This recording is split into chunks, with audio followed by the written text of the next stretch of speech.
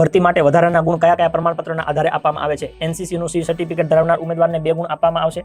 રાષ્ટ્રીય રક્ષા શક્તિ યુનિવર્સિટી જેનું અગાઉ નામ રક્ષા શક્તિ યુનિવર્સિટી હતું, અથવા તો નેશનલ ફોરેન્સિક સાયન્સ યુનિવર્સિટી જેનું અગાઉ નામ ગુજરાત ફોરેન્સિક યુનિવર્સિટી તરીકે ઓળખાતું, એના દ્વારા આપવામાં આવેલ 1 વર્ષ કે એનાથી વધારે સમયગાળો હોય, કોઈ સ્નાતકથી હોય, કોઈ ગ્રેજ્યુએશન કર્યું હોય, પોસ્ટ ગ્રેજ્યુએશન કર્યું હોય, ડિપ્લોમા કર્યું હોય, આવું કોઈ પણ પ્રકારનો કોર્સ કર્યો હોય તો કેટલા વર્ષનો કોર્સ છે એના આધારે, કે 1 વર્ષનો કોર્સ હોય તો પોલીસ સબ ઇન્સ્પેક્ટર એટલે પીએસઆઈમાં 5 ગુણ, 2 વર્ષનો કોર્સ હોય તો 9 ગુણ, 3 વર્ષનો કોર્સ હોય તો 12 ગુણ, 4 વર્ષનો કે એનાથી વધારે કર્યો હોય તો 15 ગુણ મળે.